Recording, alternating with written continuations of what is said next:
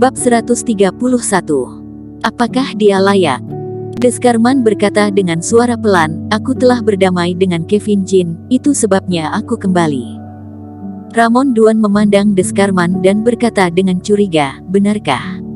Setahu aku, Kevin Jin ini bukanlah orang baik, dia adalah orang yang selalu membalas apabila disinggung, jangan-jangan kamu berbohong pada kami. Deskarman mengerutkan kening dan berkata, untuk apa aku berbohong pada kalian? Oke, aku yakin Yolanda tidak akan membohongi kami. Pada saat ini, kakek Duan Asteris melambaikan tangannya. Walaupun begitu, masih ada sedikit kecemburuan di mata Ramon Duan dan Thomas Duan. Segera setelah beberapa orang itu duduk, pintu dibuka kembali. Terlihat dua orang berjalan masuk dari luar pintu, satu tua satu muda, yang tua seumuran dengan Ramon Duan, dan yang lebih muda tidak beberapa tahun lebih tua dari Eric Kin. Ah, adik keempat sudah kembali. Sama-sama terlambat, tetapi sikap semua orang sangatlah berbeda. Bahkan kakek Duan Asteris pun ikut bangkit untuk menyambutnya secara pribadi. Kakak keempat Duan tersenyum ringan, maaf, aku baru saja bergegas kembali dari kota X, makanya terlambat. Oh, lihat apa yang kamu katakan. Kita semua adalah keluarga, untuk apa begitu sungkan? Thomas Duan berkata sambil tersenyum, adik keempat, aku dengar bisnismu cukup besar di kota X. Kakak keempat Duan tersenyum dan berkata, bukan bisnis besar juga, hanya beberapa puluh miliar saja. Adik keempat terlalu merendah. Puluhan miliar itu kalau ada di daerah XX, bukankah sudah menjadi orang terkaya? Ramon Duan berkata dengan semangat.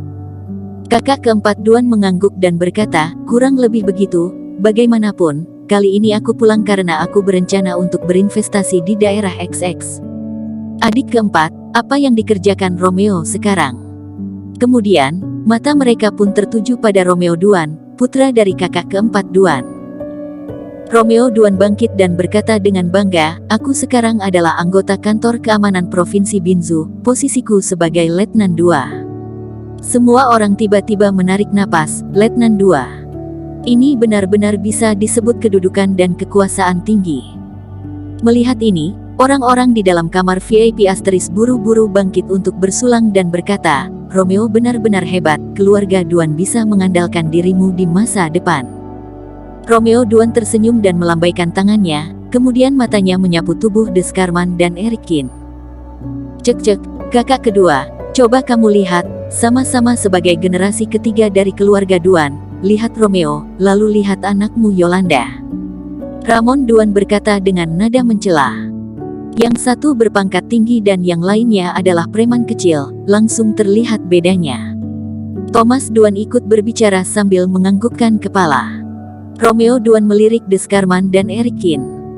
Pada akhirnya, pandangannya tertuju pada Eric Kin. Kakak ini sepertinya sedikit familiar. Apakah kita pernah bertemu di suatu tempat? Romeo Duan menatap Eric Kin dengan curiga. Eric Kin meliriknya dan tidak berkata apa-apa. Sikap ini dengan segera membuat Romeo Duan tidak senang, dan Ramon Duan juga berteriak, Yolanda, teman macam apa yang kamu punya itu, bahkan tidak mengerti sopan santun. Manusia akan berkumpul bersama sesuai levelnya, kurasa dia juga seorang preman kecil, kan?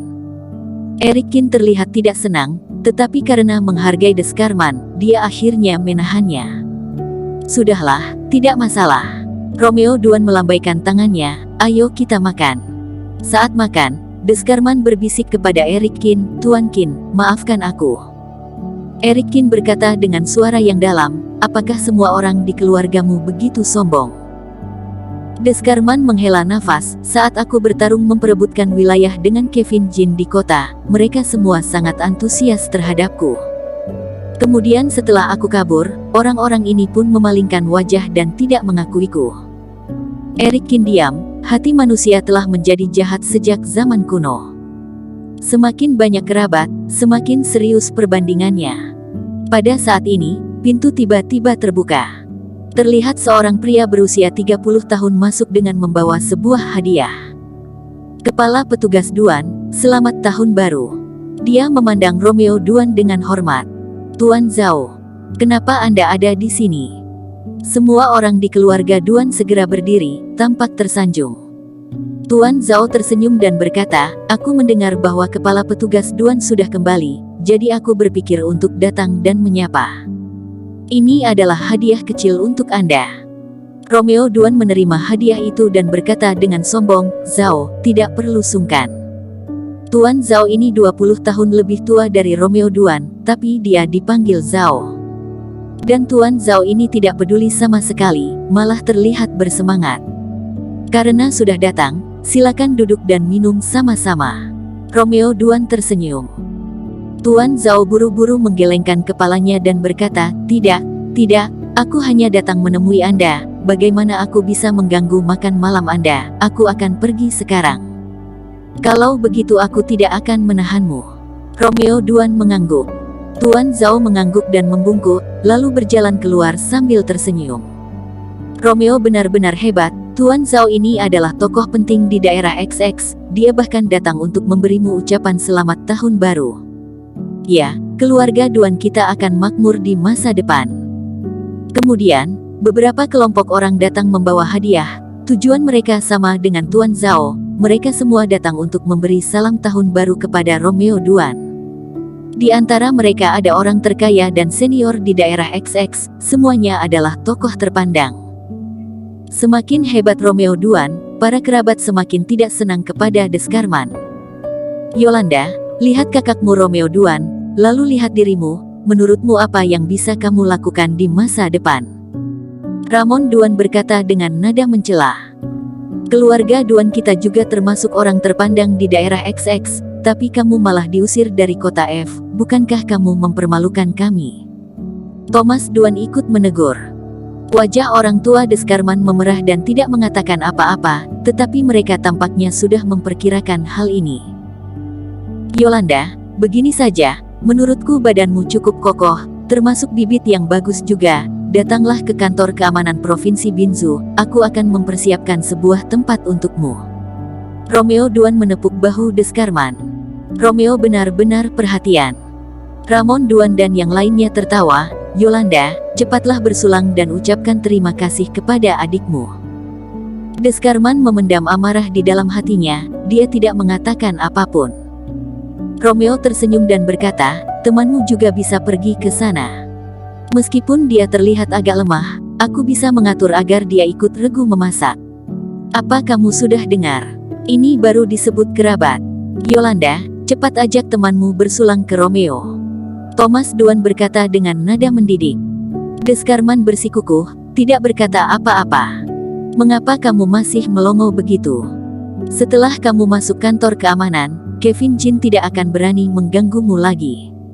Terlebih lagi, sulit bagi preman sepertimu untuk menemukan pekerjaan yang serius."